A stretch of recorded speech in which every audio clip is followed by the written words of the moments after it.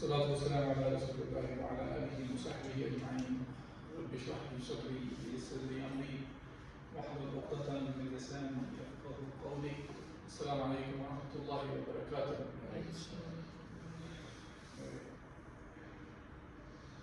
So inshallah, today, last week we talked about some of the aspects of religious tolerance in Islam, and talked about how it was tolerated in the time of Al-Khattab. And that's a basic, one of the basic tenets of Islam, that how Islam allows the other adyan, or the ways of life, or the religions to exist while Islam is ruling. And as a matter of fact, if we go back to the history of Islam and the rest of the history of the world, we find that Islam is the one because from Allah Azza wa Jal defines the rules of how to coexist and how to provide peace and justice for all Muslims and non-Muslims alike. So this is what we talked about. Besides that, we talked about the difference of opinions in the time of Umar and how Umar allowed difference of opinions and the limits of difference of opinions as well. And the purpose of that, talking about that, was there are places where you can't have difference of opinion. There are places where sometimes the state needs to adopt an opinion.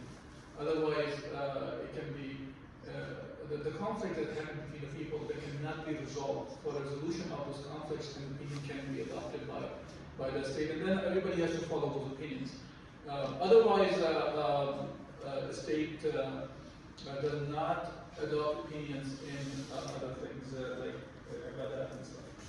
So we talked about that last week, and inshallah today we'll talk about a few things about the Khilafah of Umar Al-Khattab, that includes how the expedition for the Khalifa was taken to Umar Al-Khattab. And we talked about, and we covered the life of Abu Bakr, how it was taken in the time of Abu Bakr as well.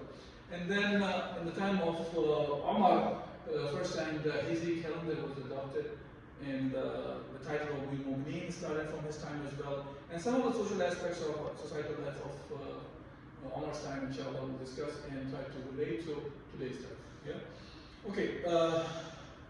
This hadith actually plays a very important role, not only when it comes to running a state, but as an individual also. So that impacts our individual life as well as our societal life. And this hadith, this is a muttafaq alayh hadith, which means that it is a hadith that is reported by both Imam Bukhari and Muslim in their Sahihain. Hadith is reported by Ibn Umar, and it talks about that that all of you are guardians, all of you are caretakers or shepherds, and responsible for your subjects. And the key thing is about your subject. Whether you are, as a hadith that you know, the ruler or the imam. Imam is the caretaker of the subject. The subject, all subjects which are under the state, he is a responsible person. And the hadith goes on defining the responsibilities of individuals as well, whether it's a woman, whether it's a husband, whether it's a servant, whosoever. They all have subjects under them, and they are accountable for them. They are all mas'ul. Mas'ul means the one who will be questioned. Yeah, it's from the same word as su'al, that the person who is questioned about the responsibilities they have. So now, the reason I said this has a very profound impact, even when we study the lives of the Khulafa al-Rashidin, that the one who had authority to rule over the people, that they are very well aware of that they are accountable for all the subject that they have. And that's a very contrasting difference between today's world that we are living in, where man-made laws are implemented over the people, that you find even the ones supposedly taking care of the people, they look at for example, the economic needs of the people. They look at it from the perspective of, okay, there are, for example, Chicago has about population of 4 million people, so the caretaker, even if he's good, he will think of this way: we have to fulfill the needs of 4 million people, and let's produce enough food for those 4 million people. But they will not worry about whether the food that was produced for 4 million people reached every individual. Okay, you can have one person who's a billionaire. He can go and buy most of the stuff, and then he can start selling at a very high rate, and there will be a chance that the people who cannot afford that food, they will not be able to get it. Now, in Islam, as you will see in the life of Umar, how he implemented that every individual's need should be fulfilled.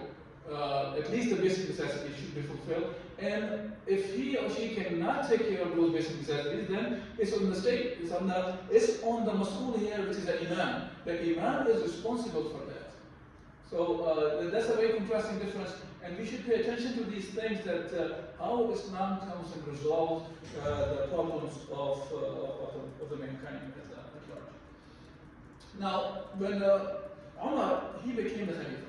Now, when he became the Khalifa, he did not take anything from the Bayt al-Mal. He had enough in the beginning, and he continued to spend his own wealth. But because he was a full-time person taking care of the affairs of the Ummah, he was not able to do the job, the trading that he was doing, that he was able to make more for himself or his family. Hence, he gets to the point where he needed some money for his survival. So he approached the Sahaba, like Abu Bakr Siddiq, if you remember when we talked about him as well, that in that case actually Sahaba approached him because Abu Bakr was going to work. And they prevented him to go to work, so for that he said, okay, then he has to make his living, and they gave him a stipend. In this case, Umar started off with using the wealth he had, and when he was running out, then he approached the Sahaba.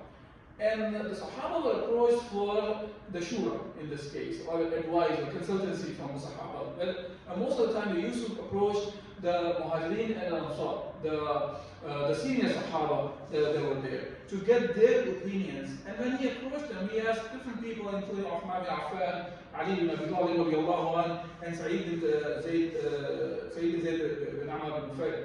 And all three of them, by the way, which are mentioned here, if you remember the 10 Sahaba that we are talking about, the one who were given the glad tidings of the Jannah, these three were from them. And he asked them their opinion, that what they think of it. And Ali said, okay, we'll provide you dinner and breakfast. So 2 meals per day. SubhanAllah, look at that. Umar was a ruler of such a huge state. And if when I look at the contemporary rulers of that time, whether they were the Roman kings or the Persians, they were living a really luxurious, wealthy life. Well, compared to that, Umar is offered breakfast and dinner as a stipend for him or his family members. And subhanAllah, and they were happy with that, because they understood what they were doing was not to gain the worldly things, rather their target was the akhirah. Yes, as Muslims we understand that Allah subhanahu wa ta'ala has given the life in this dunya, and we have to live the life in the dunya according to the commands of Allah subhanahu wa ta'ala on the individual level and on the society level. And hence, Umar was doing the job of, as the head of the state, to implement the deen of Allah Azza wa Jal, but at the same time, he was not the one who was looking at the state to be a mean of collecting and gathering wealth. As we see today, that, I don't know, this thing is weird.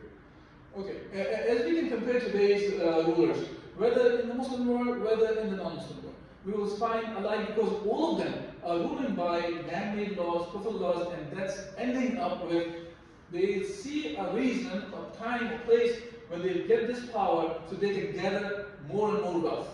And every time you find them, they become richer after they come in power.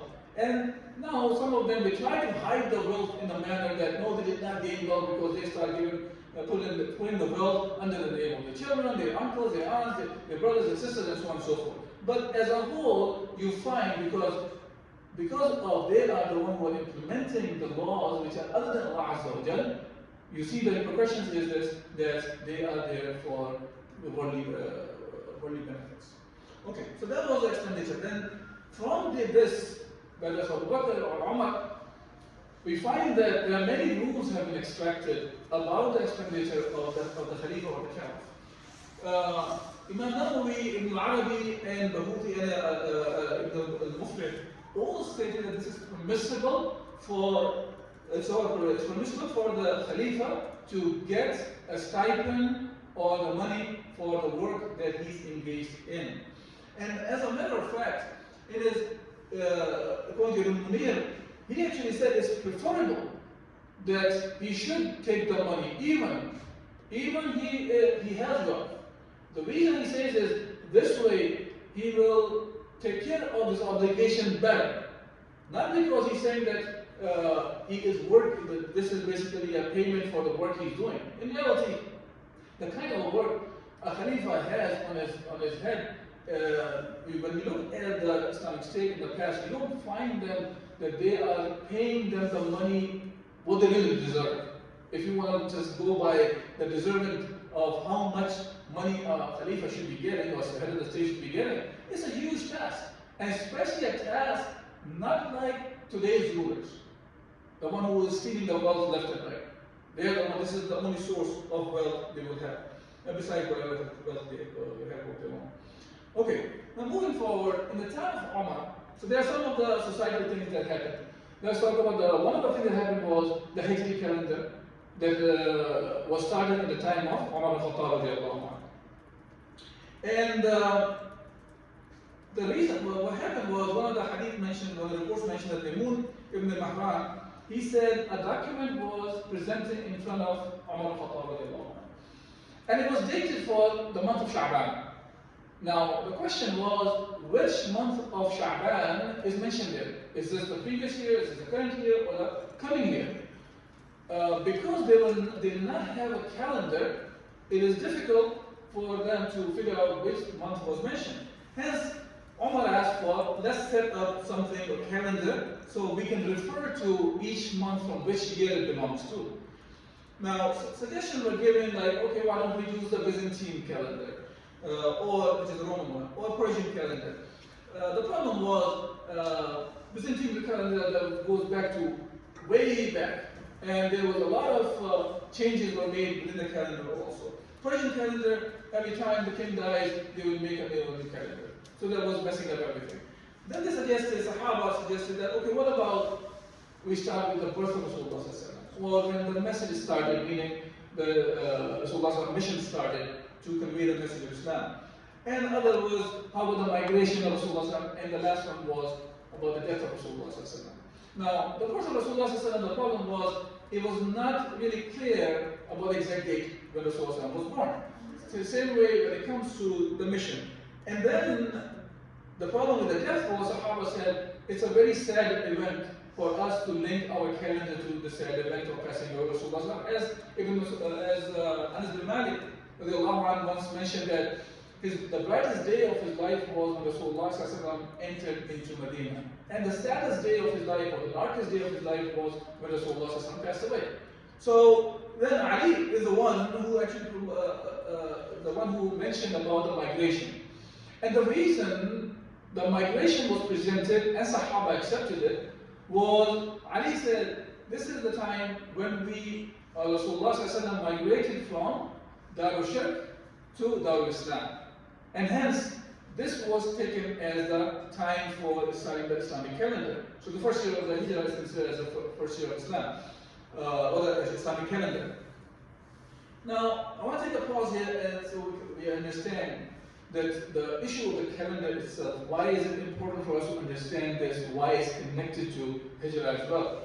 Look, in every place in the world, whether on an individual level or on a nation level, we see that the calendars are connected to whatever event is important for an individual or for a nation. Okay? So when it comes to, for example, Common Era is linked to Isa alayhi salam's birth or passing away. Now, same way, as I was saying, the Persian was connected to the calendar of whenever the new king was coming. Even when we read about the seerah of Rasulullah and connects to, for example, the birth of Rasulullah, it's connected to Amul Fil. Amul Fil because that year of the elephants was important for the Quraysh. They used to measure the things from that time. Okay? Or a Chinese calendar, or any calendar you look at it. Even on an individual level, we remember things like this, and nowadays we remember things like this. Oh, is it pre-COVID or post-COVID? Or, oh, when Fulan child was born, after that, Muhammad was born, for example. So people talk like this, yeah?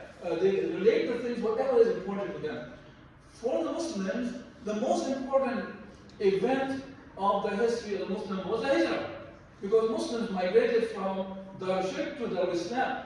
There was the fulfillment of the mission of Muhammad sallallahu alaihi wasallam.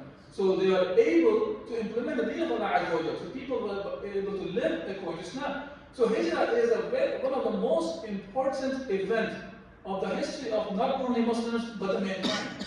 And I mentioned this before in one of the talks here as well. As a matter of fact, one of my sons mentioned that he was in his world history class, and a non-Muslim teacher, when he referred to Hijrah of Rasulullah sallallahu alaihi wasallam, he said this is one of the most important event of the history of mankind. Imagine that, how important that is. Hence, the Muslims agreed that at that time we'll go by the Hijri calendar. And then, so this one I already mentioned, Ali is the one who gave the suggestion, and Umar took the suggestion of Ali here. Just a quick thing I want to mention about Ali and Umar's relationship. Umar was quite dependent on Ali's judgments. And there was a very close relationship between Ali and Umar. The reason I'm bringing this up like that is so we understand that many of the things which are mentioned about the relationship between Ali and Umar, they are, in general, they are fabricated. Okay? In general, they are fabricated things. And hence, we should not be paying attention to many of those conflicts that people try to bring as if the Sahaba had huge conflict. Ali was married to the daughter, Umar was married to the daughter of Ali radiallahu anhu, Kulthum radiallahu anha. So, and as you can see, that Umar was welcoming the opinions of Ali in many different places. Okay. Ibn Hajar, so now the question comes in is, why we start the month, the year from Muharram, while Rasulullah sallallahu alaihi wasallam migrated from Mecca to Medina in Rabiul Awwal?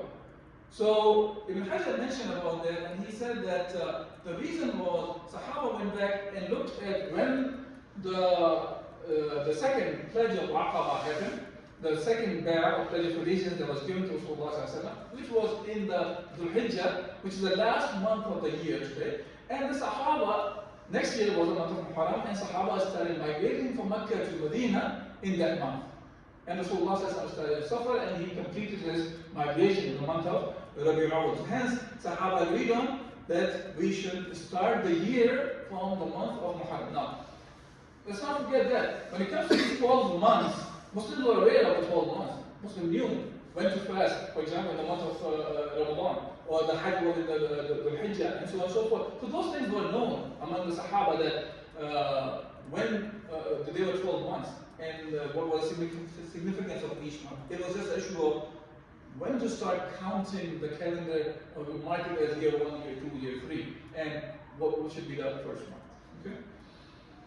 Now, similarly, another thing that started in the time of Umar was he was given the title of Amir al-Mu'mineen.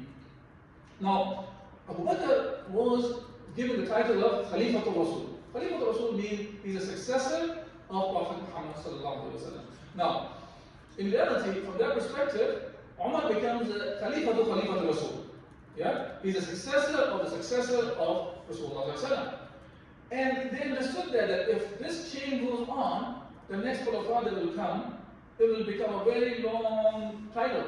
Khalifa, and 40, 50 Khulafa after that. So now you're going to be counting, writing the name like that. So there was a need of coming up with a different title. And Labid ibn Rabi'a and Ali ibn Hatim, they came to Medina from Iraq. And when they entered, they were looking for Rasulullah sallallahu alaihi wasallam, and they talked to Amr bin al-As, looked for Rasulullah sallallahu alaihi wasallam, and Rasulullah sallallahu alaihi wasallam, he wanted to get the permission. And they said they want to talk to Amir al-Mu'mineen. They're the one who coined this term, Amir al-Mu'mineen, because they saw that in the Persia and those places, they would refer their leaders with different titles. And Umar heard that. So Umar said, who said this and why did they say it? And they said, because you are the leader and we are the believers. So you are the leader of the believers. Hence we refer to it as Amir al-Mu'mineen. And from there on, the title of Mu'min was coined. And also, there's one report says Umar is the one. He started this title for himself and for all the rulers that came afterwards. Now, what I started with today with the hadith of Rasulullah sallallahu alaihi wasallam. Now you will see when I'm talking about these nightly patrols of Umar al-Khattab, the impact of why Umar was so concerned when that he was actually patrolling during the night time. Yeah? And one of the stories is mentioned is about a woman who was trying to wean her child so she can collect stipend for a child who was weaned. Because at the time of Umar, the stipend was only given in the beginning was if a child is not being nursed by the mother. Okay, so it's weaned. So then the stipend was given. So Umar was patrolling during the night time as his usual patrol, and he heard a child was crying. He went to the mother, "Why you take care of the child?" And he walked away. And then when he was coming back again, he heard the child again crying. So he asked the woman, "What a bad mother you are, that you are allowing your child to cry like this." And she goes, she's trying to wean the child so she will be able to collect the stipend. The next morning, at the Fajr time, when Umar was leading the prayer, the Sahaba heard him reciting the Quran, and he's crying in his prayer. And Sahaba asked him, actually he asked the Sahaba to gather, and he said, "Go and find out every woman who has a child," and he made a law from there on, that from the birth, the child will be given a stipend, and the mothers don't have to wait for the child to be weaned. And he said before that, how many children Umar has killed? He was actually condemning himself for the law that he had. Okay? And this is not a legislation, this is the administrative law of distribution of the wealth. So there's a distinction between legislation and administrative laws. Okay. And similarly, same way Umar was patrolling with his servant, Aslam was with him, and he saw a woman. She had a pot, and they had a fire underneath, and she was seemingly was cooking something, and children were crying around her. He came close to her, said salam to her, and asked her. And by the way, she did not know it was Umar al-Khattab. So she just thought of it, a person is talking to her. So he approached her, and he asked if he can come closer to her, and she said, "If you are coming with a good intention, you can come close." And when he came closer to her, he asked her that what's going on. She said she doesn't have anything to feed to the children, and in the pot there's nothing. There's some pebbles and some water, and she's heating them up. So kids have the hope the food is being cooked. And she was hoping that while they are waiting for the food, they will fall asleep. Okay? So, and then she said something about, she said, "And Allah will judge between us and Umar." She did not know that she's talking to Umar, Allah. And Umar said, "How would Umar know that your situation?" And her response was that this is on his neck. When he took this responsibility of being the Khalifa, from there on, this is his responsibility to find out how his subjects are doing. This is not that everybody has to go and beg him. She said, it's the Umar's job. And Umar, she did not know she was talking to him. Umar right away, he turned his back and went towards the Bayt al-Mal. He collected some of the food stuff, including the flour, ghee, oil, fat, whatsoever, some sort of stuff, and he put the food on his back. And he started carrying towards the woman. Aslam said, "Let him help." And Umar's famous response was, "Will you carry my burden for me on the day of resurrection?" See, that's the kind of leadership that Islam produces. And it produced, and it will continue to produce, inshallah. Because the message that produced this personality is preserved by Allah subhanahu wa ta'ala. And it will continue to produce these kind of personalities if they want to be, of course. So he went back, and then he started building the fire for the woman, and making the dough for her, and then he asked her to cook the food for the kids. And then he stayed there, waiting for the kids to have the meal, and then the kids start playing with each other, they start wrestling, and from far he continued to look, and then they fell asleep. And then he told the woman that go to Umar in the morning, and he will take care of you. And you will find me around, find me there. So the woman, she made the dua for Umar radiallahu anhu, and she said to him, that you are more deserving to be a Khalifa than Umar. And she is talking to Umar radiallahu anhu, subhanallah. So this is the same idea that Umar understood, that he is the caretaker of all of them. See, every individual. And not only that, the subject of Umar also understood their rights. That's why she said to Umar that this is Umar's job, that he should know how the subjects are doing, how the people are doing in his authority. Now, compare that to today's time. The people who are ruling over most of the world today, they have zero connection to the people. Really. They cannot even relate to our lives. What kind of life the people live? Because the kind of life they live is way above more than 99% of the people of the world. And we cannot even relate to their lives, and they cannot relate to our lives. If they cannot relate to our lives, how can we solve the problems? And see, Umar was working during the night time, doing the patrolling during the night time. Because of that, he understood the responsibility, and for that, he had to know what he was doing. Okay, I mean, I can go on. There are many stories like that. I'm not sure how much time I got now. Okay, let's talk about one more quick story. Umar, similarly, he was doing his patrol during night time, and he saw a tent.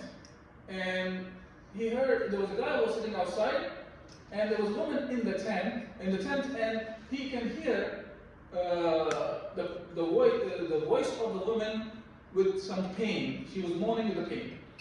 And he asked the man that, what's going on? And the guy goes, it's none of your business, go away. And he did not recognize Umar either. Then Umar said, no, tell me what's going on. He said, okay, his wife is giving birth, and he is a traveler, he doesn't have any help or anything. So now again, he right away went to his wife, Kulthum radiallahu anha, the daughter of Ali radiallahu anha. And he asked her in a very amazing way, he asked her that, would you like to get some ajr? Would you like to get some hasanat? Collect some hasanat? She said, if you wish. And she said, okay, collect some towels, some blankets, and some food. And he took her to the tent and told her that there's a woman who's giving birth, help her out. So she went inside, she was helping the woman, while Umar went out and started making the food for the husband and wife. And the guy was, he was not aware of it was Umar Al-Khattab again. And then he heard the voice of Kulthum. Kulthum said, Ya Amir al-Mu'mineen, the glad tidings of a baby boy. When the guy heard, she said Amir al-Mu'mineen, he started shivering, because he's the one who was trying to push him away. Get, this is none of your business, get out of here. And now he realizes that this is Amir al-Mu'mineen. So he started shivering, and Umar basically just told him that, come to me in the morning, and we will assign a stipend for the child and take care of him. Now, again, see, all these things Umar was doing because he understood that he is accountable for all his subjects, not the selected few, not the elites, not only his family members, rather he is accountable. See, accountability, meaning on the day of judgment, he is accountable in front of Allah subhanahu wa ta'ala, where nothing is hidden. Okay? So this is why you find in Islam, when people are ruled by Islam, they have the taqwa of Allah subhanahu wa ta'ala, of course. And this taqwa of Allah subhanahu wa ta'ala and the rules of Allah azza wa jal, they are the ones that really provide the justice to the mankind. And that's what we see in the life of Umar here. So we should not be looking at Umar's life as just a storytelling, rather we should be thinking of, okay, what are the implications in today's time? Okay, now about the society, the way Umar used to judge people, he used to say, do not look at man's prayers, fasting, rather look at his reason and honesty, meaning his behavior.